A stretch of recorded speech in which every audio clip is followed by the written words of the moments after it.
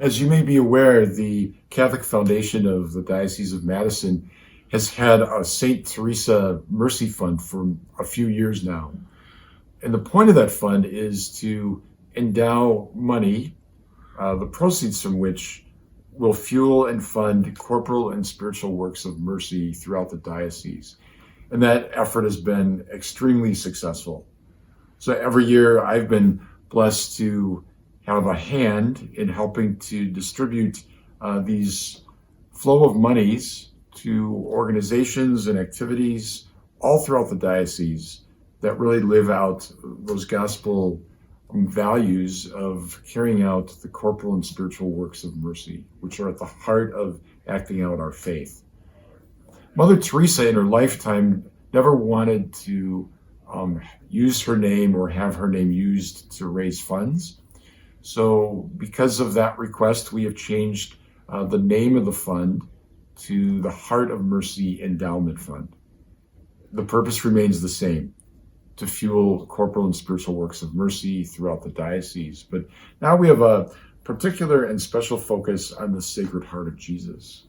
And we know that it's in the heart of Christ that we see God's love for us made manifest and completed in his death and resurrection. So how appropriate to name our efforts to live out that mercy and compassion in honor of the Sacred Heart of Jesus.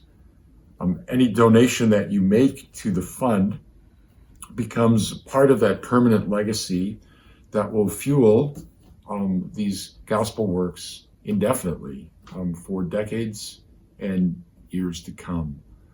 So I'm very grateful for all those who contribute and for all those who benefit from these funds throughout the diocese, because really we're giving wings to all of these local efforts, especially in this time of COVID, this time of profound economic suffering, that people who are really in need can get some help in the name of Christ.